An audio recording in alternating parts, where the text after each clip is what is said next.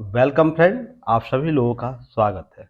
आज 17 अप्रैल है तो दैनिक जागरण के राष्ट्रीय संस्करण न्यूज़पेपर में आप लोग के लिए पीटी, मेंस और इंटरव्यू और कौन कौन से न्यूज़ है ताकि यूपीएससी और स्टेट पीसीएस एस्पिरेंट के लिए वो संबंधित न्यूज़ को देखा जा सके और जितने भी गवर्नमेंट कम्पिटिटिव एग्जाम आप लोग फिल करते हैं वो सेंट्रल का हो या स्टेट का, उससे रिलेटेड पीटी फैक्ट क्या है उसको हम लोग देखेंगे। हालांकि आज पाँच पाँच दिनों के बाद न्यूज एनालिसिस हो रहा है। कुछ व्यक्तिगत कारण से मैं कहीं चला गया था, उसके लिए क्षमा प्रार्थी हूँ। लगातार नहीं हो सका है न्यूज एनालिसिस, अब कंटिन्यू होगा। चलिए, तब तक के लिए आप लोग धैर्य बनाए रखें, धन्यवाद इसके लिए।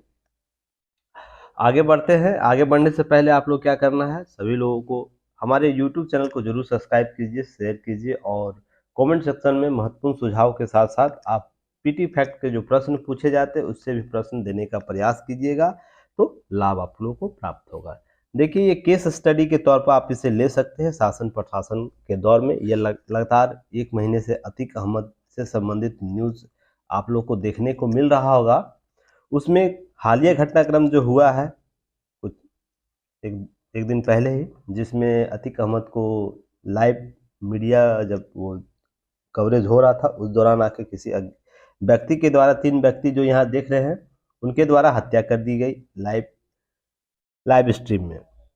तो कुछ चीज़ें आप लोगों को यहाँ पर आप लोगों को जरूर समझनी चाहिए, सीखनी चाहिए कि एक यूपीएससी एस्पिरेंट हैं और एक आप अधिकारी जब बनिएगा, उसके बीच के अधिकारों के संदर्भ में आपको, अधिकारों के संदर्भ में शक्ति आपको क्या प्राप्त है।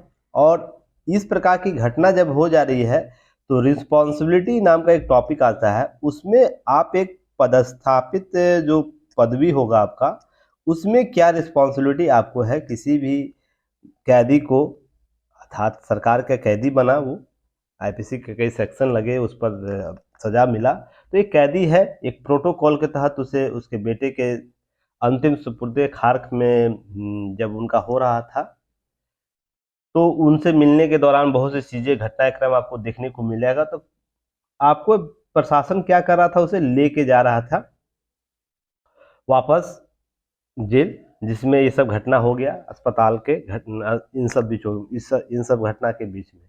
तो यहाँ पर 2-3 चीज़ें आपको ध्यान में रखनी होगी कि आपसे यहाँ से क्या क्या प्रश्न पूछे जा सकते हैं इस घटना से।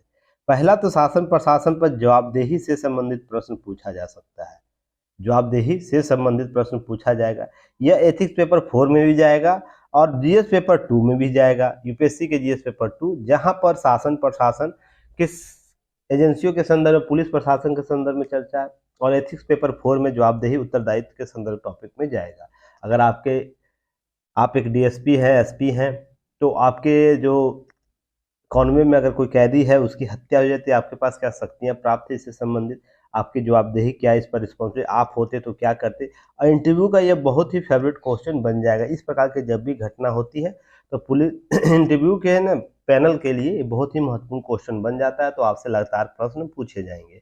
तो ध्यान रखिएगा, इन सब चीज़ों को आपको कवर करना है। और पहले भी चर्चा इस सब चीज़ों पर बहुत दफ़ा हो चुका है, जिसमें ये सब घटनाओं, शासन प्रशासन, उत्तरदायित्व क्या है, इससे संदर्भित रिस्पॉन्सिबिलिटी को हमको कैसे कवर करना आता है, सब चर्चा की जा चुकी है। बस ध्यान ये रखना है कि कभी भी प्रश्न पूछा जाएगा तो उसको ना क्वेश्चन के टॉपिक को कैसे अपने एग्जाम ओरिएंट है ना व्यू से उसे देखना है। बस ध्यान आप लोग को ये रखना, कौन सा टॉपिक आपको एग्जाम ओरिएंट से है, कौन सा टॉपिक राजनीतिक है ना कार्यक्रम से संबंधित है, जहां पर आपको राजनीति नहीं करनी, वहां से अपने एग्जाम ओरिएंट चीजों को कवर करना है।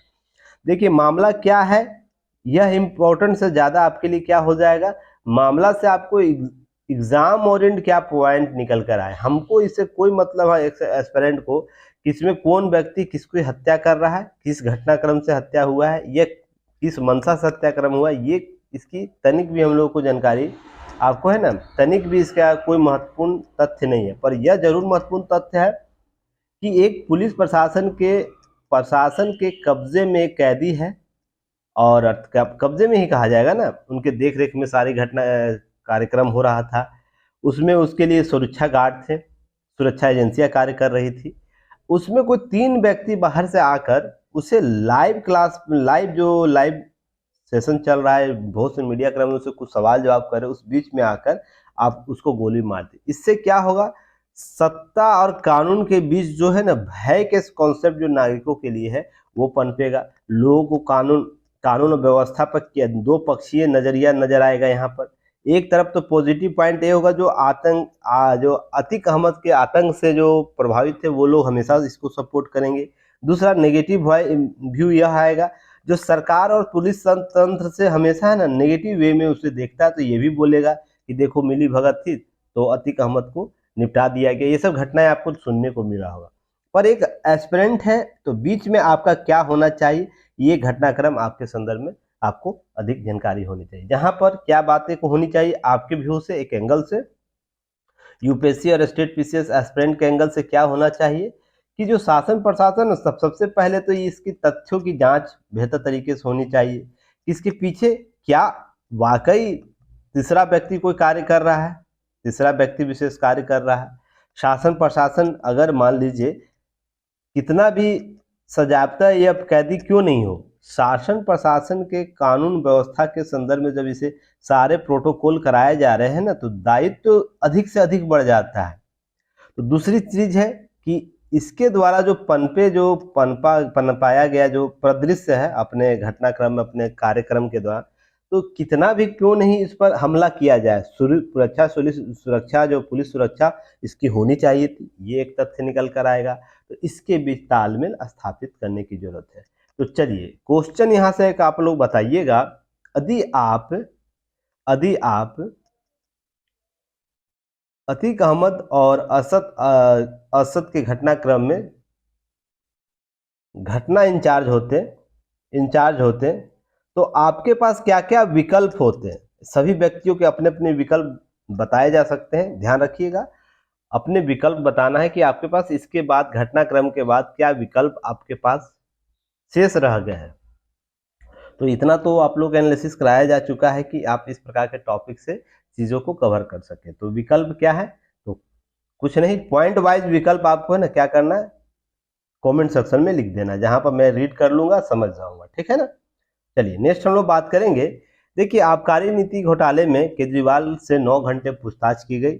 यह देखिए खुली शराब जो बेचने की नीति अपनाई गई थी दिल्ली में सभी जगह,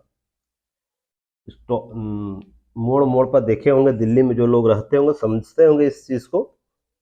तो सबसे पहले 2-3 चीजें याद रखिएगा। हमेशा आबकारी है ना, आबकारी जो होता है, शराब नीति जो जिसे हम लोग शॉर्ट फॉर्म में बोलते हैं, वो सरकार के आय का सबसे बड़ा स्रोत भी माना जाता है। तो सबसे पहले तो आप इसे ध्यान में रखिएगा। दूसरी चीजें यहाँ पर ध्यान ये रखना है कि यह नीति है ना, जहां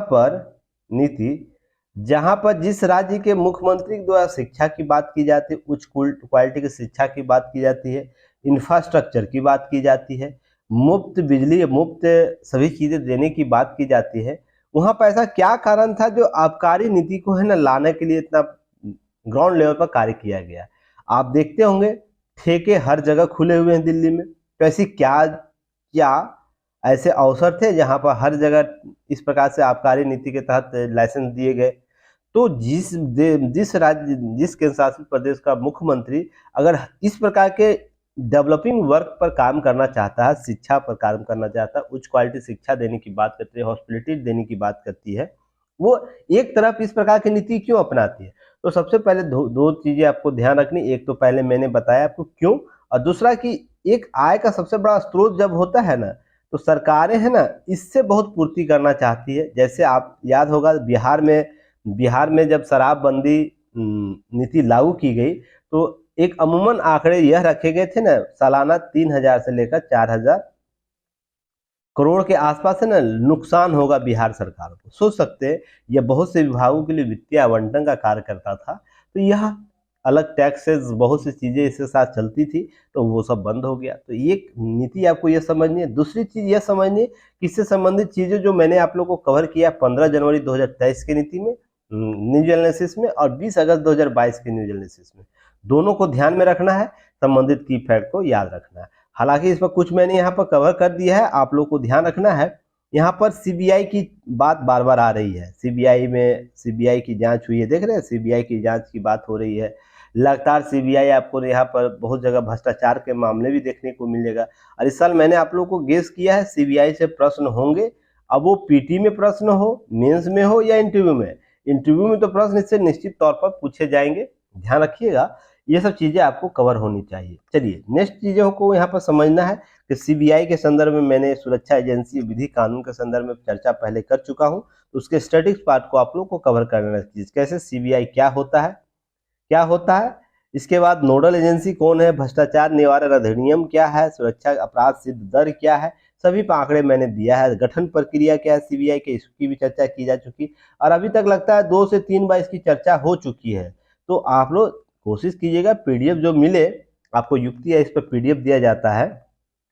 जो अभी तक युक्ति है इसका ऐप डाउनलोड नहीं किए वो जाके डाउनलोड कीजिए। युक्ति है इसका ऐप प्ले स्टोर पर और एप्पल स्टोर दोनों जगह अवेलेबल है, तो आप वहां से डाउनलोड करके Dainik Jagran news paper analysis का एक पैकेज बना होगा, उसे जाके आप लोग देख लीजिएगा। वहां पर सारे पीडीएफ मिल जाएंगे, जो भी महत्वपूर्ण पीडीएफ है। रेगुलर पीडीएफ नहीं दिया जाता इसलिए कि मैं चाहता हूं, हमारी टीम यह चाहती है कि आपके पास सोर्स जरूर हो जिससे पीटी के प्रश्न, मेंस के प्रश्न और इंटरव्यू के टॉपिक को कवर किया जा सके।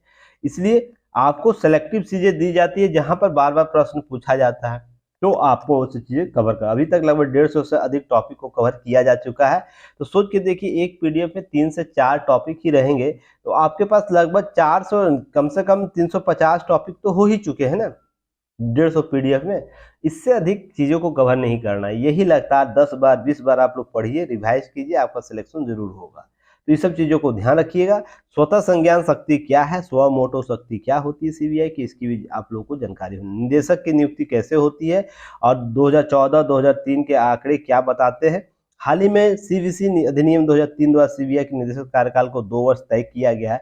इससे संबंधित चीजों को भी आप लोग को देख लेना है इस पीडीएफ में। बाकी चीजें आप लोग को कराई जा चुकी है और सीबीआई से बैठक में पूछी गई है। अच्छा है कि जो व्यक्ति जो सीएम जो वर्तमान में है अरविंद केजरीवाल जी द्वारा आबकारी नीति पर सारे सवालों का जवाब 56 सवाल इनसे पूछे गए हैं और सारे पर जवाब इनके द्वारा दी गई। अब देखिए देखना यह है सीबीआई इस पर अंतिम निर्णय किस प्रकार से आपको सबमिट करती है कोर्ट में, और उसके बाद कौन कौन सा घटनाक्रम देखने को मिलेगा, सभी पर हम लोग विस्तार से चर्चा करेंगे। आने दीजिए, समय आएगा, सभी चीजों पर चर्चा होगी।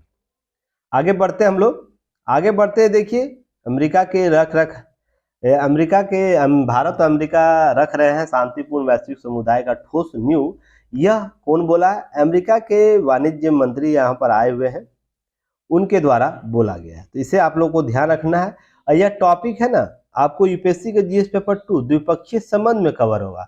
स्टेट पीसीएस वाला स्टूडेंट क्या करना, अपने द्विपक्षीय संबंध आपका जहां जहां भी होगा, वो यूपी पीसीएस के एस्पिरेंट हो, बीपीएससी के एस्पिरेंट हो, जेपीएससी के हो, छत्तीसगढ़ के हो, राजस्थान के हो, हरियाणा के हो और मध्य प्रदेश को, किसी भी स्टूडेंट, कहीं के भी स्टूडेंट हो, आप अपने जीएस के पेपर में ये टॉपिक टैली कीजिएगा। कहाँ पर टॉपिक किस पेपर में दिया वहां से चीजों को कवर करना है। देखिए 2-3 चीजें यहाँ पर आपको कवर होनी चाहिए कि पहली तो याद होनी चाहिए कि भारत और अमेरिका में लोकतंत्र का आइडियोलॉजी किस प्रकार का है। लोकतंत्र का आइडियोलॉजी किस प्रकार से, वो किस प्रकार से वैश्विक शांति को स्थापित करना चाहता है, इसके संदर्भ में तो आपको जानकारी होनी चाहिए। भारत आप पता होगा, हालांकि आधुनिक रूप से अमेरिका लोकतंत्र का वास्तविक विकासात्मक कदम के रूप में देखा जाता है, क्योंकि वहां पर आधुनिक संविधान का निर्माण सर्वप्रथम देखने को मिलता है। पर उससे कहीं पहले हम लोग 5वीं-6वीं शताब्दी में ही आप लोकतंत्र के अंश भारत में देखने को मिलता है। और मूल में भारतीय संस्कृति का मूल में क्या है, आपको लोकतंत्र, जहां पर लोगों के शासन और लोगों के राय के संदर्भ में शासन प्रशासन चलता है। तो आप जब वर्तमान में विश्व का सबसे बड़ा लोकतंत्र भारत है, इसे भी आप लोगों को ध्यान रखना है। तो इन दोनों के एक ही रास्ते पर चलना, ध्यान रखिएगा, ये रास्ता इंडिया मान लीजिए और ये अमेरिका मानिए आप, और ये रास्ता है जिस पर चलना है।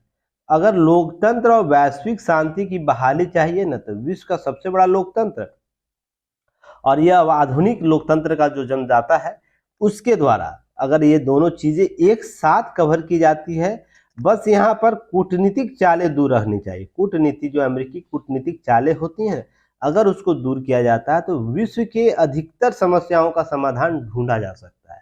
बस अंतर यहाँ रखना होगा, अमेरिका हमेशा है ना पूंजीवादी स्वरूप में आप लोकतंत्र की बहाली की बात करता है, जहां पर वो पूंजी विशेष तकनीकों का उपयोग करता है। हमेशा वो लाभ देखेगा अपने हितों के संदर्भ में।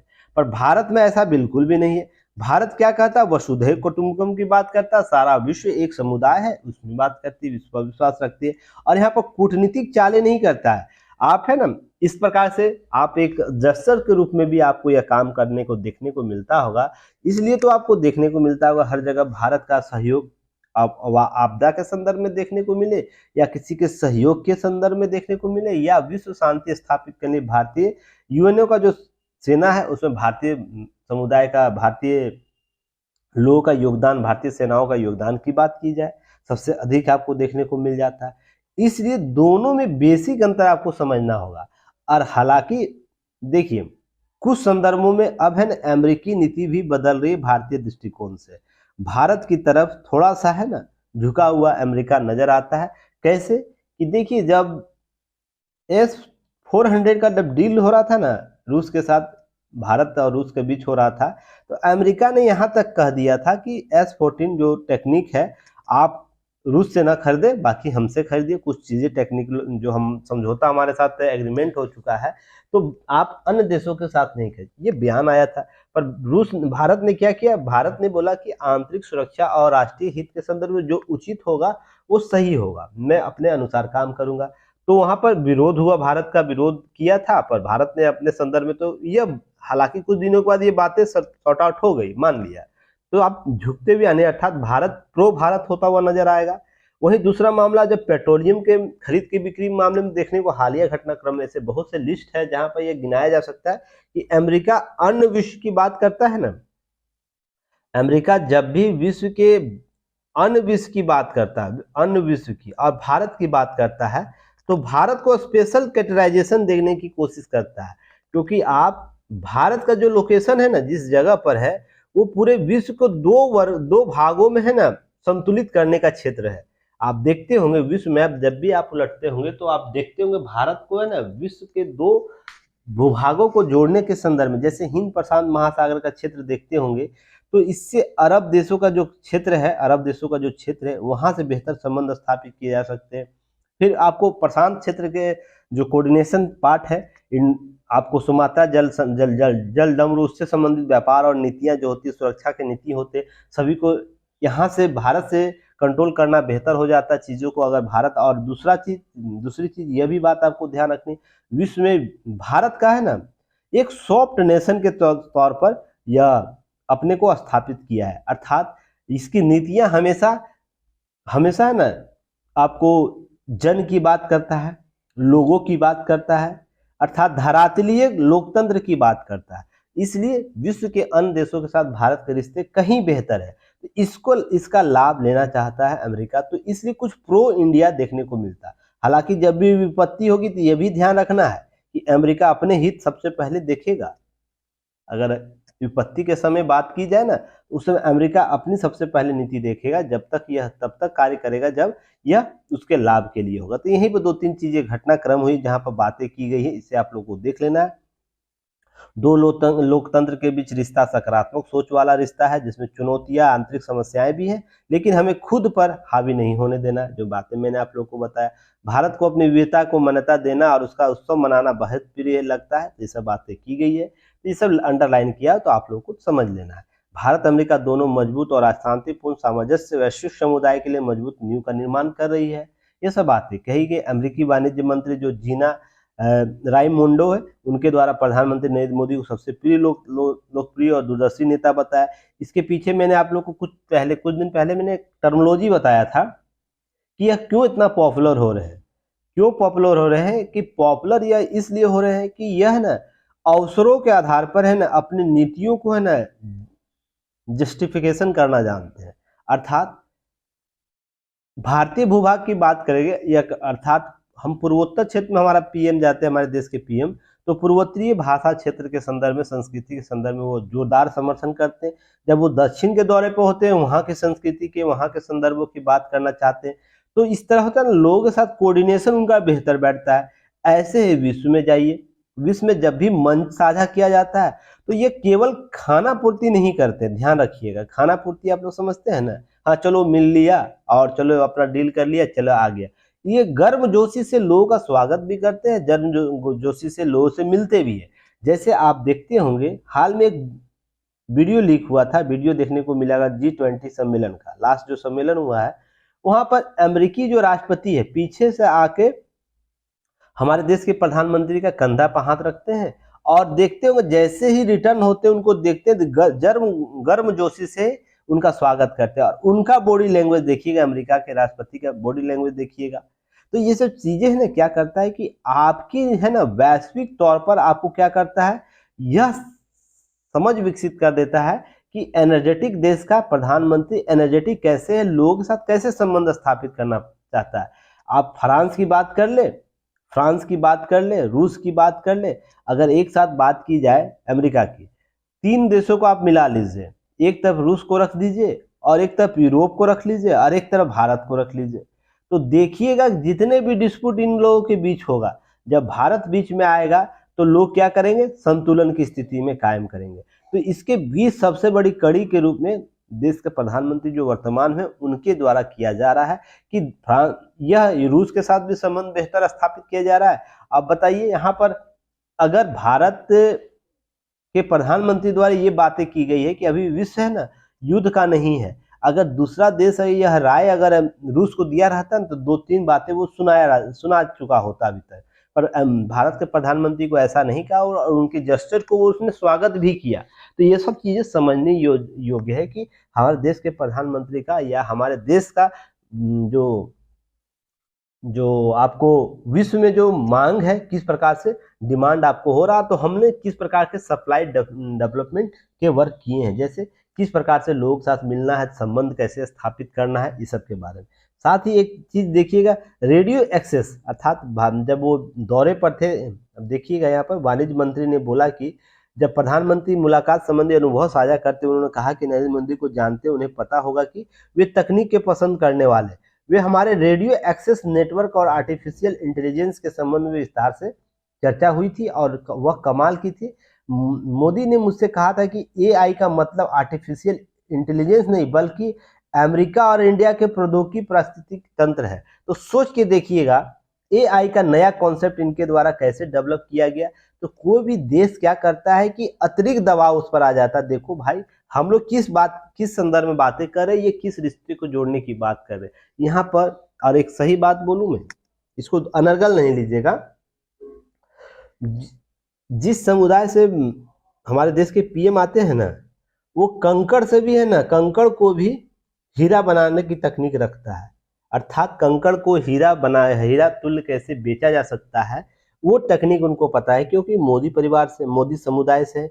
और मोदी समुदाय जो है इस प्रकार के टेक्निक से यह चीजें समझता है कि सबसे जो हमारा खराब भी स्थिति है उससे हम कैसे बेहतर निकल सके। तो देखिए अब ये शब्द जोड़ देने मात्र से है ना, अमेरिका का जो सिस्टम है एआई के संदर्भ में वो बेहतर तालमेल स्थापित कर पाएगा इंडिया के साथ, क्योंकि इस प्रकार के आइडियोलॉजी को विकसित किया जाता है और यह हर देश के साथ प्रधानमंत्री के द्वारा किया जाता है। ऐसा नहीं कि इससे पहले हमारे देश के अन्य जो प्रधानमंत्री थे वर्क नहीं किए होंगे और भी क्षेत्रों में, पर दूसरों देशों का कनेक्ट करके अपने चीजों को शामिल करना, अपने लाभ के हित को प्रोत्साहित करना, ये कहीं ना कहीं इनसे आपको सीखने की जरूरत है। अगर आप एक डीएम के तौर पर काम कर रहे हैं, एक एसपी के तौर पर काम कर रहे हैं, स्टेट लेवल पर एसडीएम के रूप में काम कर रहे हैं और डीएसपी के रूप में काम कर रहे हैं, सबसे उच्च पद के रूप में आपकी नियुक्ति होगी, उसके बाद आपको प्रमोशन जैसे जैसे होगा सेवा काल मिलता जाएगा।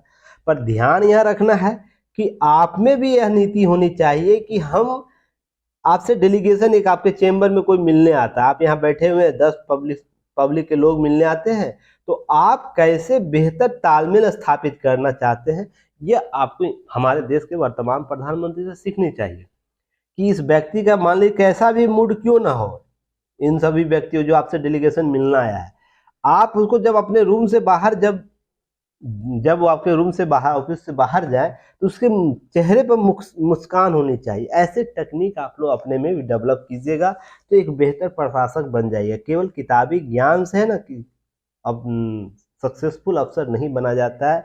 केवल किताबी ज्ञान ही आपको सक्सेस नहीं दिलाएगा, ये सब चीज़ें आपको सीखनी होगी, समझनी होगी। चलिए नेक्स्ट बात करेंगे आगे। थोड़ा फिलोसफिकल बात होगा, क्योंकि आज टॉपिक वैसा नहीं है, जो भी टॉपिक था पूर्व का था। बस ध्यान ये रखना, जो भी चीज़ें की भूली जा रही है उसको अच्छे से कवर करना। देखिए यूपीएससी के जीएस पेपर 2 गठबंधन की राजनीति, सत्ता की राह बनाते हैं बिगाड़ते हैं गठबंधन। आप जानते होंगे एक टॉपिक आप लोगों को बहुत फेवरेट टॉपिक पूछता होगा, राजनीति में गठबंधन की सरकार या गठबंधन की राजनीति, आपको एक टॉपिक पूछा जाता है जीएस के पेपर में। इससे रिलेटेड आपको जितने भी एग्जाम्पल है आज के पेपर में दिया हुआ है। तो ऐसे क्या करना है कि आज आपको ये राइट डाउन कर लेना है। जैसे 1946 में देश में बनी थी अंतरिम सरकार, गठबंधन का ही परिणाम था, जिसमें कांग्रेस, मुस्लिम लीग, हिंदू महासभा राजनीतिक दल मिलकर इस सरकार का मूल रूप दिया था। ऐसा बिल्कुल भी मत आप लोग बोलिएगा कि वर्तमान सर जो गठबंधन की राजनीति है कि 1947 से ही प्रारंभ हुई। इसकी झलक 1946 में ही देखने को मिल गई थी। और 1947 भारतीय जब हम लोग स्वतंत्र सत्ता का हस्तांतरण हुआ, तो हमारे लोकतंत्र में है ना, लोकतंत्र में 1977 से ये स्पष्ट रूप से नजर आने लगा।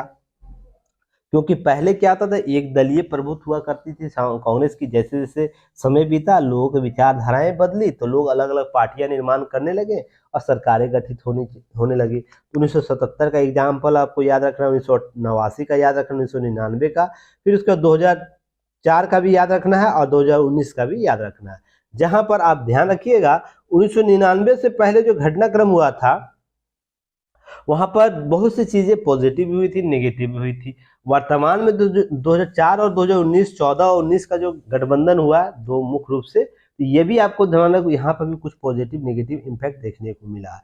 हालांकि 1999 का जो गठबंधन हुआ था, वहां पर क्या हुआ था, गठबंधन के बदले बहुत से पैकेज डील किया गया था। ये सब एक डिमेरिट के पॉइंट आते हैं, तो आप लोग को यहाँ पे क्वेश्चन का आंसर बताना है। मेंस का क्वेश्चन आता है, आज के मेंस का क्वेश्चन यही होगा, तो सारे लोग आंसर लिखने का प्रयास कीजिएगा कि गठबंधन की राजनीति गठबंधन की राजनीति देश की वर्तमान राजनीति में किस प्रकार से लाभ और हानि के स्थितियों को स्पष्ट करता है। तो आपको पॉइंट आउट कर देना है। यह उत्तर आपको 150 शब्दों में देना है।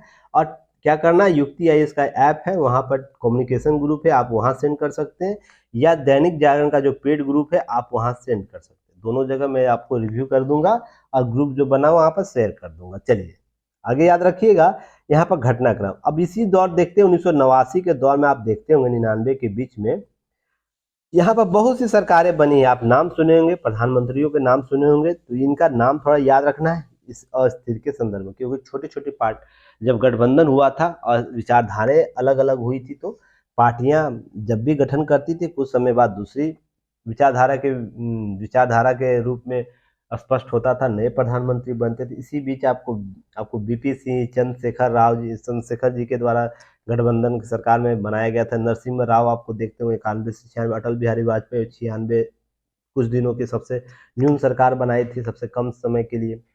आपको एच.डी. देवगौड़ा जी का सरकार बना था, आई.के. गुजराल जी की सरकार बनी थी। इसी में कुछ 6 प्रधानमंत्री आपको गठित हुई थी। 1998 में दोबारा प्रधानमंत्री अटल बिहारी वाजपेयी बनते हैं। तो ये सब चीजें आपको ध्यान रखनी है। चलिए कुछ चीजें आपको ध्यान, यहाँ पे एक टॉपिक पूछ सकता है, उसे याद रखना है। गठबंधन और नैतिकता के संदर्भ में आपको, हालांकि आज एक पेपर एनालिसिस भी दिया गया है नैतिकता के संदर्भ में। तो गठबंधन की राजनीति प्राय इस तथ्य के कारण भी आवश्यक हो जाती है कि बहुदलीय व्यवस्था में आज किसी एक दल के लिए मुश्किल है कि वह विधानमंडल या सदन में स्पष्ट बहुमत प्राप्त कर ले।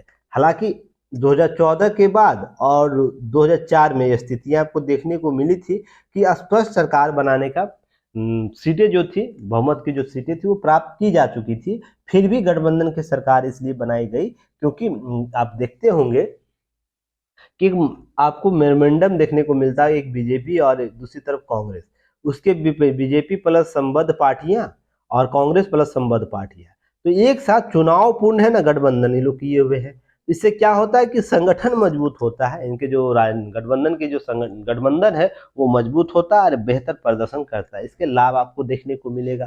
तो यहाँ पर चीजें आपको समझने हो। गठबंधन दो तरीके से होता है, तीन तरीके से होता है। एक तरीका है, याद रखिएगा, एक तरीका आपको याद रखना है कि एक चुनाव पूर्व होगा, दूसरा होगा चुनाव के दौरान होगा, चुनाव सीट जैसे ही जीत जाती है उसके बाद होगा। एक कंडीशन होता है चुनाव जब क्रम जीत दर्ज कर ले जाते हैं उसके दौरान, और एक होगा कि बीच में अवसर के आधार पर, मान लीजिए जीत गए, हम चुनाव जीत गए और बहुत सी पार्टियों के द्वारा सीट अर्जित की जाती है, तो बीच में ना दल बदल का कानून आप नाम सुने होंगे, जहां पर चीजें कुछ विधायक या कुछ सांसद दूसरे दलों में चले जाते हैं, तो नियम कानून बना, उस दौरान आपको एक गठबंधन देखने को मिलेगा कुछ सौ। पर ये सबसे ज्यादा दो महत्वपूर्ण है, गठबंधन चुनाव पूर्व का गठबंधन, एक चुनाव बाद का गठबंधन, जहां पर संपूर्ण पार्टियां कुछ पार्टियां मिलकर गठबंधन करती है और चुनाव के घटनाक्रम में अपनी स्थितियां देखती है। तो इसी को संदर्भ में याद रखना है। और यहाँ पर गठबंधन की राजनीति उचित ठहराए जाने के लिए गठबंधन करने वाले दलों हेतु आवश्यक है कि वे सुनिश्चित करने के लिए बनाए गए कार्यक्रम आधारित, याद रखिएगा, कार्यक्रमों पर आधारित एक सोच बना ले और सामाजिक आर्थिक विकास और लक्ष्यों को प्राप्त करे। यहाँ पर बातें की गई है कि अगर गठबंधन क्या करे, एक राजनीतिक सोच बना ले जिसके बाद सामाजिक आर्थिक विकास के लक्ष्य को सुनिश्चित किया जा सके, इसको प्राप्त किया जा सके। और अंतिम में सरकार का भी लक्ष्य यही होता है कि हमें सामाजिक आर्थिक विकास के लक्ष्य को प्राप्त करना है। एक ऐसी सोच साझा न्यूनतम कार्यक्रम में बदलने का आवश्यक है, जिसमें या तो चुनाव के पहले घोषित कर दिया जाना चाहिए या तो मिलीजुली सरकार बनने के पहले कर ली जानी चाहिए, पर पूर्व में ही घोषित कर देनी चाहिए, बाद में साझा न्यूनतम कार्यक्रम। अगर चुनाव पूर्व अगर साझा न्यूनतम कार्यक्रम घोषित कर लिया जाता है तो यह और भी बेहतर होता है कि जनता भी इसे जानती है कि इस प्रकार की राजनीति साझा गठबंधन हुई है, जिसमें ये अमुक पॉइंट रखा गया, उसके आधार पर चुनाव के लोग अपना वोट करेंगे।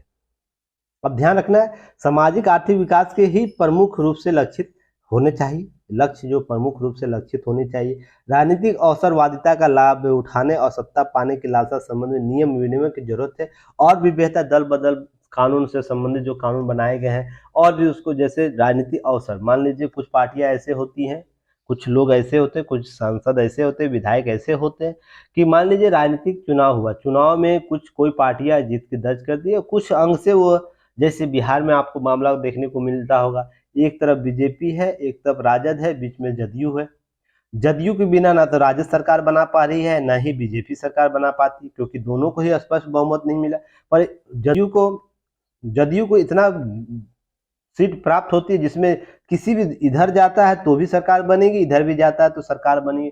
इन पर हमेशा आरोप जदयू के जो प्रमुख अभी हैं वर्तमान में, जो नीतीश कुमार, उन पर हमेशा बोला जाता है कि कुर्सी बाबू का, या कुर्सी क्या कहते हैं, उनको एक कॉन्सेप्ट दिया गया है उनको ना, कि कुर्सी के चहेते हैं, या इनके बिना सरकार नहीं बनाई जा सकती। इसके लिए भी एक कानून, ऐसे इस प्रकार की घटनाक्रम किन्हीं राज्यों में या केंद्र के स्तर पर देखने को मिले, इनके लिए राजनीतिक अवसरवादिता यह कहा जाता है। भले हम उनको कार्य अच्छे कर रहे होंगे, अलग मैटर है, कार्य किस प्रकार से कर रहे हो वो अलग आकलन का विषय है, पर इस अवसर को क्या बोला जाता है, राजनीतिक अवसरवादिता का लाभ बोला जाता है। कि मान लीजिए पहले इन पार्टी के द्वारा, जदयू के द्वारा, राजद की जो भी लोग शामिल थे उनको भ्रष्टाचारी और बहुत सी चीजें, जंगल राज का कॉन्सेप्ट दिया गया था, पर सत्ता के लोभ में क्या हुआ कि इनसे हाथ मिलाते हैं, इनको क्या बोला जाता है कि फिर उसका सब चीजें ठीक हो जाती है। जब इनसे बात नहीं बनती कुछ दिनों के बाद, फिर ये टूटते हैं तो क्या करते हैं, आके भाजपा मिल जाते हैं, तो भाजपा में जब मिलते हैं तो भी ये बातें की जाती है। तो यह राजनीतिक अवसरवादिता का कॉन्सेप्ट कहा जाता है। इसे आपको समझने की जरूरत, किसी भावनाओं में बहने की जरूरत नहीं है। इस प्रकार के राजनीतिक अवसरवादिता के लिए भी एक नियम विनिमय होना चाहिए, कि इस प्रकार से बार बार अगर पार्टियां, कोई पार्टी विशेष करे, दो महत्वपूर्ण जो सबसे ज्यादा सीट जो जीत दर्ज की है, उसके बीच अगर खेल और खिलाड़ी का कार्य करे, तो उसके लिए कुछ काम, नियम कानून होने चाहिए। जल्द ही चुनाव आयोग को या संसद को इस पर सोच विचार करनी चाहिए। अब साझा कार्यक्रम घोषित करते चुनाव पूर्व साझा किया जाना चाहिए। एक मोरेंडम जो आप लोग तैयार करता है गठबंधन की सरकार में, क्या करना, चुनाव पूर्व ही उसे पब्लिश कर देना चाहिए, पब्लिक डोमेन पर रख देना चाहिए, ताकि है ना जनता उसको जान सके कि इस अमुक गठबंधन की क्या भविष्यगत नीतियां हैं। इससे क्या होता है कि वोट देने के लिए आसान हो जाता है लोगों का, और इसके बाद यह भी स्पष्ट हो जाता है जो भी गठबंधन की पार्टियां हैं वो नीति आने वाले समय में क्या होगी। लोगों की अपेक्षाएं का सम्मान जरूरी है। अंत में सबसे इंपॉर्टेंट है कि लोकतंत्र का जीवंत होना बहुत जरूरी है। जीवंत कहने का मतलब कि विश्वास किसी को भी लोकतंत्र के संस्थाओं से उठनी नहीं चाहिए। अगर बार बार आप देखते होंगे, यह दौर है, आपको यह दौर देख रहे होंगे ना, यह दौर जो देख रहे हैं, याद रखिएगा हमारे भारतीय लोकतंत्र के लिए सबसे बड़ा सवालिया निशान था कि एक दलीय प्रभुत्व जब समाप्त हो जा रहा है, गठबंधन की नई राजनीति आ रही है, तो इस नए सिस्टम में लोग कितने अवसरवादी अवसरवादी राजनीति स्वरूप को ग्रहण कर रहे हैं। लोग वेल पैकेज डबल मांग कर रहे हैं, अर्थात यह कॉन्सेप्ट आपको देखने को मिलता होगा। हम तभी आपको समर्थन करेंगे जब मुझे आप आर्थिक पैकेज दीजिएगा हमारे राज्य के लिए। इस प्रकार से कॉन्सेप्ट देखने को मिला था, जो राजनीतिक इतिहास में है ना बहुत सी चीजें बदली थी। तो इसे भी आप लोगों को समझने की जरूरत है और इसे याद रखने की जरूरत है। तो चलिए नेक्स्ट याद रखिएगा। अब देखिए, यही बातें मैंने आप लोगों को अभी बात की, गुम होती राजनीतिक विचारधारा। तो यह कर्नाटक विधानसभा के संदर्भ में दिया गया है, बस उसे रखना। और अभी मैंने जो राजनीति और गठबंधन के संदर्भ में जो बातें की नैतिकता के संदर्भ में, उसको इसी टॉपिक में ऐड कर देना है। हालांकि वहां गठबंधन की राजनीति, यहाँ भी गठबंधन की बात की गई है, दोनों सेमरल चीजें बातें की गई। यहाँ पर केवल कर्नाटक के जो आपको कुमार, जो यहाँ पर देखिए, यहाँ पर किनका नाम था, मैं थोड़ा सा नाम भी हो जाता है, साउथ के लोग हैं ना, कुमारा स्वामी, SD कुमारा स्वामी, कुमारा स्वामी की बात की गई है। और हाल ही में देखिए बसावन बोमई की बात की गई है। तो ये चीजें आपको याद रखना, गठबंधन की राजनीति में कैसे नैतिक होने चाहिए, विचारधाराएं कैसे साथ होनी चाहिए, इस पर चर्चा की गई है। अब यहाँ पर बात की गई है देश प्रदेश की भलाई के लिए अमुक विचारधारा की जीत और दूसरी विचारधारा की हार जरूरी है। यह एक क्या यह वैचारिक राजनीति का अंग है? इसके संदर्भ में बातें की। इन नेताओं के द्वारा अनेक दलों के जवाब होगा हाँ, यह वैचारिक लड़ाई है। एक कटु सत्य यही है कि जो पार्टियां होती है, उसके प्रमुख जो होते हैं, उनके दोनों के ही जनता के लिए अलगाव, राजनीतिक महत्वाकांक्षा, टकराव के चलते हुआ। तो सभी चीजों का निचोड़ यही है जो मैंने अभी राजनीतिक अनैतिकता में बात की। आप सत्ता लोकतंत्र को जीवंत करने के लिए क्या करना, लोकतंत्र के जीवंत करने के लिए कार्य करना चाहिए। उसके लिए दो काम कर सकते हैं, या चुनाव पूर्व गठबंधन कीजिए, या चुनाव अब जो स्थितियां बनी है ना, एक दल का प्रभुत्व नहीं हो पाएगा। हालांकि सीटें अधिक आ जाएगी, फिर भी लोग क्या करेंगे, गठबंधन की राजनीति बनाए, क्योंकि आने वाले समय में स्थितियां और भी बदलेगी। तो दोनों स्थिति में क्या करना कि आपको यह समझने की जरूरत है कि हमारे पास वही सॉरी नैतिकता संबंधी जो प्रश्न है, टॉपिक है, उसे कवर कर लेना है। चलिए नेट फिर देखिए, प्रश्नों से घेरे हैं AI आधारित चैट GPT, जिस पर लगातार हमने चर्चा किया है, आपको लगातार इस पर न्यूज आया है। तो क्या करना है, प्रौद्योगिकी और लाभ और हानि में, एक सेकेंड होल्ड कीजिएगा।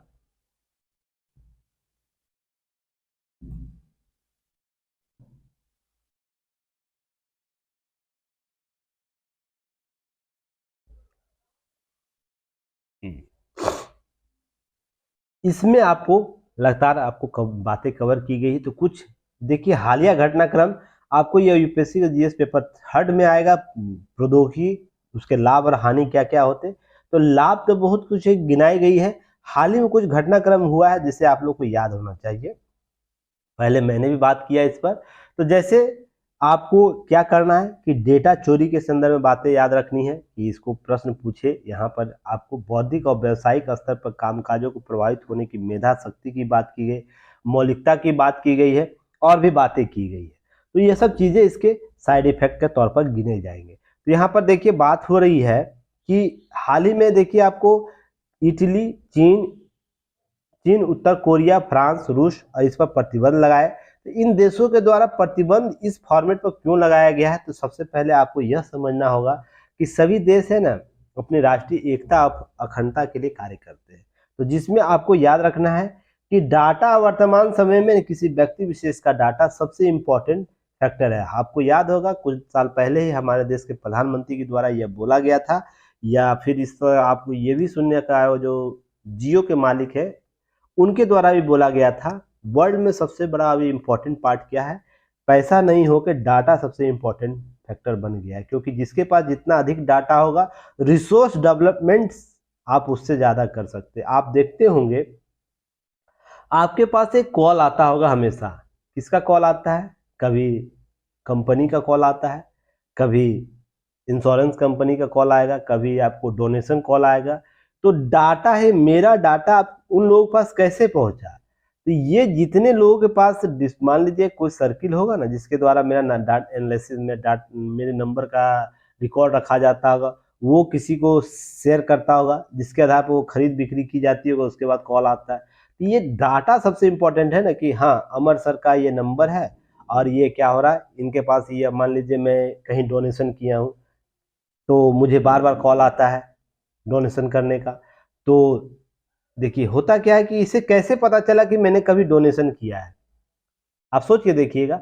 फिर कभी देखिएगा आपको कभी इंश्योरेंस आप लेते हैं तो बार बार इंश्योरेंस के कॉल आते होंगे, मैसेज आते होंगे, तो ये कहाँ से आता है, तो ये कैसे पता चला किसी दूसरे थर्ड पर्सन, मान लीजिए ए व्यक्ति से मैंने, ए व्यक्ति को मैंने डोनेशन दिया, तो कैसे पता चला सी और डी को कि इस व्यक्ति ने, अमर एक नाम का कोई व्यक्ति है उसने डोनेशन दिया, उसे पता कैसे चल रहा है कि ये बार बार डोनेशन देते हैं तो इनको कॉल बैक करो। तो ये डाटा बहुत ही इंपॉर्टेंट हो जाता है, इससे है ना किसी व्यक्ति विशेष की पहचान करनी आसान हो जाती है, किसी व्यक्ति किस रूप में काम कर रहा है इससे पहचान करना आसान हो जाता है, इसको कौन सी सेवाएं देनी है, कौन सी सेवाएं इनसे प्राप्त करनी, इसकी भी सूचनाएं प्राप्त हो जाती है।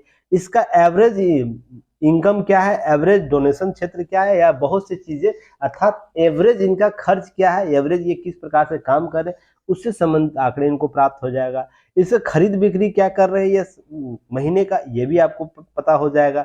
तो आपको उसी के अनुसार कॉल बैक आएगा। तो यह सब चीजें, डाटा ही सबसे सबसे इंपॉर्टेंट पार्ट है ना कहीं ये डाटा रिकॉर्ड हुआ होगा कि मैंने डोनेशन किया है, तो उसके बाद कॉल बैक मुझे बार बार आ रहा है कि हाँ सर मुझे भी आपको ये सब चीजें करानी चाहिए, ये सब बातें होनी चाहिए। या ये भी देखिए, मैं मान लीजिए हमारे युक्तिया इसका ऐप बना हुआ है, तो उसके बाद बहुत से ऐप वाले लोग मुझे कॉल करते हैं, या आपको भी अगर आप बनाए होंगे तो आपको भी कॉल आएगा। तो ये डाटा ही इंपॉर्टेंट फैक्टर है ना, कि सर हमसे भी बनवा लीजिए, सर हमसे भी बनवा लीजिए, मेरा फंक्शन ये है, बहुत सी चीजें। तो कैसे पता चला कि ये व्यक्ति है ना एक ऐप बनाए हुए हैं, इसको और भी डिमांड, और भी दो फैसिलिटी दो, तो ये हमसे भी बनवाएगा। तो ये डाटा ही सबसे इंपॉर्टेंट फैक्टर काम करता है कि इसके डिमांड और है ना सप्लाई को प्रभावित करता है। तो ये आपको समझने की जरूरत होगी, इसलिए डाटा को सबसे इंपॉर्टेंट आपको चीजें समझाई गई, बताई गई है आने वाले समय के लिए, कि किसी व्यक्ति विशेष के क्या देखना है, डिमांड क्या है, उसकी सप्लाई किस प्रकार से होनी चाहिए, उसकी जरूरतें क्या है, जरूरतें संदर्भ में, अर्थात भविष्यगत जरूरत क्या होगा, फ्यूचर जरूरत उसके पास क्या है, आने वाले समय में वो किस प्रकार से व्यवहार कर रहा है, उसके इकोनॉमिकल फाइनेंशियल स्थिति क्या है, उसको कौन कौन से अवसर प्रोवाइड कराना है, अर्थात किस प्रकार की सेवाएं उसके लिए सबसे उचित है, इसका भी आकलन आप कर सकते हैं डाटा के आधार पर। तो यही क्या करता है कि चैट जो है, चैट जीपीटी जी क्या करता है कि डाटा एनालिसिस करता है, डाटा एनालिसिस के आधार पर, एल्गोरिदम के आधार पर चीजें बताता है कि मान लीजिए आप यह इसमें लिख के भेज दिए, इसको माइक्रोसॉफ्ट में एक सॉफ्टवेयर जिसमें यह बोलते हैं कि मुझे ने किताब फ्रेम बनाना है, ठीक ना, किताब बुक फ्रेम बनाना है, जैसे कि आप लोगों को पता है मैं नॉवेल लिख रहा हूँ, उसके लिए बुक फ्रेम मुझे जरूरत है। तो चैट जीपीटी को मैं एक मैसेज किया कि मुझे कवर फ्रेम डिजाइन चाहिए, तो मैंने सारा चीज इस पर पुट कर दिया, वो एल्गोरिदम के आधार पर मुझे स्टेप बाय स्टेप चीजें बताएगा और एक बेस्ट एल्गोरिदम देगा। तो यहाँ पर डाटा ही ये क्या करेगा, ये सेव करेगा अपने पास ना, इन फ्यूचर मुझे कभी भी मैं टाइप करूंगा कहीं भी तो मुझे वो मैसेज बॉक्स में आएगा, ये सब चीजें होगी। ये समझ के देखिए, जब रक्षा प्रौद्योगिकी के संदर्भ में जब बातें होगी किसी व्यक्ति विशेष के द्वारा, तो कितना खतरनाक होगा, सोच के देखिएगा। जब आम सा ये सब चीजें, चलिए नॉर्मल चीजें हैं तो हम लोग इग्नोर कर देते हैं, पर ये सोच के देखिए जब राष्ट्रीय रक्षा की बात हो, सुरक्षा की बात हो, उस स्तर पर जाकर अगर ये चीजें होने लगे तो किसी देश की संप्रभुता को नहीं खतरा पहुंच जाएगा, किसी कंपनी विशेष के हाथों में आपके सारे देश की आंतरिक सुरक्षा की, कहाँ पर परमाणु बम है, कहाँ पर और भी हथियार आपको छुपा, कितना आप लोगों के पास कोल रिजर्व वायर, रिजर्व तेल कितना है, कि भविष्य में कितने दिन तक कोई देश लड़ाई कर सकता है। इस प्रकार की बहुत सी चीजें जो सुरक्षा, जो हमें यहाँ तक कि प्रधानमंत्री और राष्ट्रपति के अलावा किसी को जानकारी नहीं होती, रक्षा मंत्री को भी जानकारी नहीं होती कुछ लेवल पर। हालांकि को बहुत से लेवल पर रक्षा मंत्री को जानकारी आती है, पर कुछ लेवल ऐसा है जो रक्षा मंत्री को भी जानकारी नहीं, तो उसके जन डाटा को कोई जेटपीजी नाम का कुछ सॉफ्टवेयर उसे हासिल कर ले, तो सोच के देखिएगा कि उस देश के रक्षा अखंडता के संदर्भ में कितनी बड़ी संपूर्णता के संदर्भ में कितना बड़ा प्रश्न चिन्ह होगा। यही सबसे बड़ी चीज आपको समझने की जरूरत है। बाकी कहानियां आप यहाँ से अंडरलाइन किया हुआ समझ लीजिएगा। आंकड़ों का होने लगा आशंका, तो इसके लिए बहुत से फाइन भी लगाया गया। हाल ही में एक सेकेंड, हाल ही में किसके द्वारा, इटली द्वारा लगाया गया था 2.5 के आसपास होगा, 2.17 करोड़ का। देखिए इटली के द्वारा करोड़ रुपया क्या डॉलर जुर्माना लगाया। सोच के देखिएगा, तो यह क्यों लगाया जा रहा है, क्यों लोग प्रतिबंध कर रहे हैं, इसके लिए ये सब चीजें आपको याद रखनी है। चलिए, मैं उम्मीद करता हूँ इन सब चीजों को आप लोग समझते होंगे। धीरे धीरे सभी चीजें आ जाएंगी।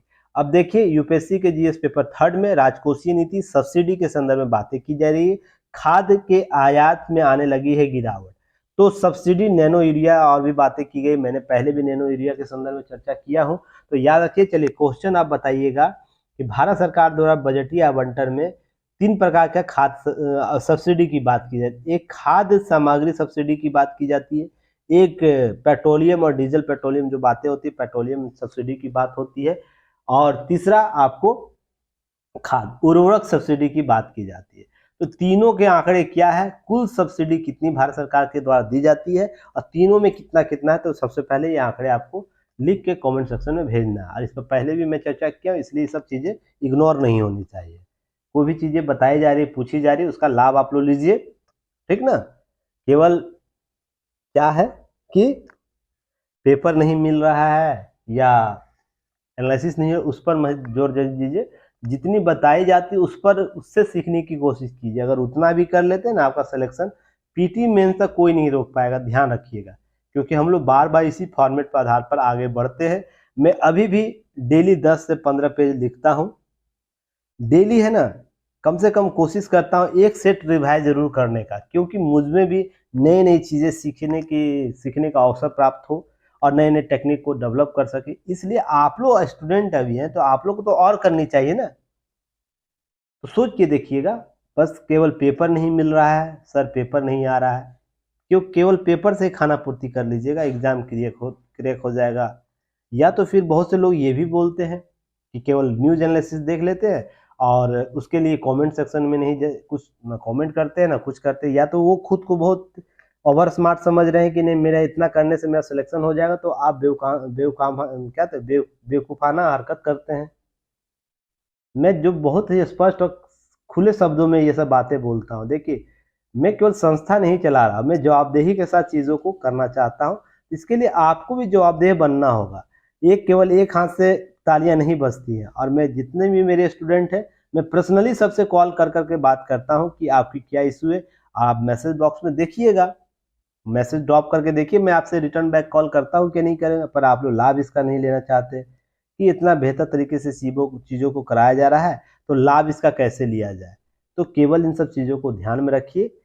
अगर सफलता प्राप्त करनी है तो कम से कम ये 2, 3, 4 मानक आपको पूरे करने होंगे। यहाँ पर क्लियर होनी चाहिए आप सबको चीज़ें ये सब। तो चलिए, यहाँ पर नैनो यूरिया के बारे में ये डाटा आप लोग को क्या करना है, ये आपको राइट डाउन कर लेना है। जिस तरह ये लिखा हुआ उसी तरह सेम इसी तरह आप एग्जाम अगर लिख देते हैं तो ध्यान रखिएगा आपके नंबर बेहतर हो जाएंगे।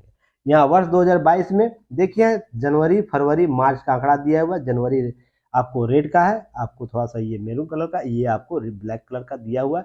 तो ये आंकड़े आपको दिए कि पिछले साल वर्ष 2022 में हम लोग खाद सब्सिडी कितना प्राप्त किए थे। यहाँ आपको करोड़ रुपया डॉलर में है, राशि करोड़ डॉलर में है, तो ये आपको ध्यान रखना है।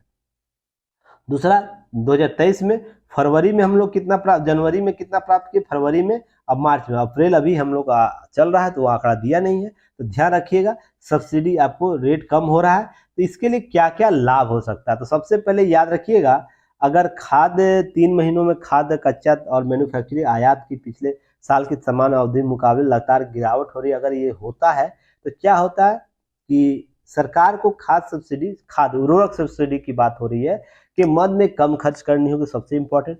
राजकोषीय घाटा को भी कम करने में मदद मिलेगी। गत वित्त वर्ष 2022-23 में खाद सब्सिडी 2.25 लाख करोड़ रुपए सरकार खर्च करने पड़े थे। सोच के देखिए कितनी बड़ी राशि है, किसी किसी राज्यों का पूर्ण बजटीय आवंटन होता है, सोच के देखिएगा। तो चलिए एक क्वेश्चन का आप बताइएगा, अपने अपने स्टेट के है ना कुल बजट कितना है इस साल का। जैसे बिहार के वाले बिहार का बताएंगे, यूपी वाले यूपी का, झारखंड वाले झारखंड का, एमपी का, अपने अपने स्टेट की कुल बजटीय आवंटन आपका कितना है आपके राज्य का, ठीक ना। तो ध्यान रखिएगा, इसमें चालू वित्त वर्ष में 23-24 के लिए खाद सब्सिडी कितना है 1.75 करोड़। तो ध्यान रखिएगा, आपको यहाँ पर आपको सब्सिडी है घटाया भी गया है, पिछले साल से 50,000 कम इस साल दिया गया है। इसके पीछे का रीजन ये भी हो सकता है जो बातें की गई है। तो साथ ही खाद उत्पादन में लेकर खाद के आयात बिल में होने वाली बढ़ोतरी का भार किसानों पर नहीं डालती है। ये सब चीजें आपको ध्यान रखनी है और आपको यह आंकड़ा याद रखना है, ठीक ना। बाकी जो चीजें पूछी गई है उसको बताना है। तो उम्मीद करता हूँ जो भी चीजें बताई जा रही है उसका लाभ आप लोगों को मिल रहा होगा। और देखिए हेट स्पीच के बारे में, छत्तीसगढ़ में हेट स्पीच पर सरकार सख्त चुनाव में पूर्व भाजपा नेताओं पर शिकंजा कसा है। तो ये मैं शुरू से बोल रहा हूँ कि राजनीतिक दलों को, राजनीतिक नेताओं को, वो किसी भी जाति का हो, किसी भी राजनीतिक पार्टी का हो, किसी भी धर्म विशेष का क्यों ना हो, नैतिकता सबसे इम्पोर्टेंट पार्ट हो जाता है। जब आप सार्वजनिक तौर पर आते हैं तो आपको यह ध्यान आना है कि आपके अनुसरणकर्ता लाखों में होते हैं। आपके द्वारा एक एक बातें है ना तौल तौल कर बोलनी चाहिए कि उसके असर कहाँ तक जाएगी। मान लीजिए किसी नेता का फॉलोअर 5 लाख है, आपने कुछ ऐसी बात हेट स्पीच के संदर्भ में बोल दी जिससे है ना वो नेता के द्वारा डिलीवर कर दिया जाता है सोसाइटी में, ओपन प्लेटफॉर्म पर। अब वो 5 लाख लोग तक पहुंचता है और हर कान के बाद वो स्तर और भी बढ़ता जाता है। मान लीजिए यहाँ पर ये बातें बोली गई किसी नेता के द्वारा हेट स्पीच के संदर्भ में, कुछ अनर्गल बातें हो सकती है, जाति विशेष सूचक बातें हो सकती है। और हेट स्पीच के संदर्भ में लगातार चर्चा किया हूँ, पहले की पीडीएफ देख लीजिएगा, वीडियो देख लीजिएगा। तो अगले व्यक्ति तक ये बातें जाएंगी तो ये हो जाएगा। फिर इसी तरह तीसरे व्यक्ति तक ये वही सेम टू सेम बातें जाएंगी तो ये ट्रिपल ए हो जाएगा। इसी तरह अगले व्यक्ति तक जाएगा तो डबल ए का फॉर्मेट में, अर्थात हर कान के साथ वो और भी स्थिति बदतर होती जाती है, और भी स्थिति बढ़ते जाती है, वो पॉजिटिव में हो या नेगेटिव में हो, अब आप पर डिपेंड करता है क्या होना चाहिए। तो इसलिए मैं बातें कहता हूँ हर बार कि हेट स्पीच पर है ना मौलिक अधिकार जो बातें की गई है कि वाक अभिव्यक्ति की स्वतंत्रता होनी चाहिए, अब समय आया है कि इसका अंतर करना बहुत जरूरी है। अंतर करना बहुत जरूरी है कि हेट स्पीच में जो सांसदों और विधायकों को जो संसद और विधानमंडल में बोलने की जो शक्ति दी गई है, क्या वो युक्त प्रतिबंधों से मुक्त होना चाहिए या उस पर युक्ति प्रतिबंध लगना चाहिए। वो सार्वजनिक स्थल पर बात करें तो ये सब चीज़ें मैं शुरुआत से ही बोलता आ रहा हूँ, तो कुछ चीज़ें आपको भी चीज़ें जानकारी होनी चाहिए। उम्मीद करता हूँ आज का न्यूज एनालिसिस आप लोगों को बेहतर लगा होगा। बहुत से डाटा है जो आज दिया गया वो पीडीएफ में अपलोड कर दिया जाएगा आज इवनिंग में, और इसका स्क्रीनशॉट आपको 6 से 7 के बीच में ग्रुप में शेयर कर दिया जाएगा। तो आप लोग जरूर लाभ लीजिए इसका, युक्ति इसका ऐप जरूर डाउनलोड कीजिएगा, और साथ ही साथ विजडम एजुकेशन और युक्ति इस दोनों को सपोर्ट करते रहिए, और लाइक शेयर सब्सक्राइब कीजिए, और भी लोगों को जोड़ने का प्रयास कीजिए, और जो आप लोग को सुविधाएं दी जा रही है उसके लाभ लीजिए, प्रश्न उत्तर लिखने का प्रयास कीजिए ताकि हम लोग और भी बेहतर तरीके से कवर कर सकें। चलिए धन्यवाद, जय हिंद।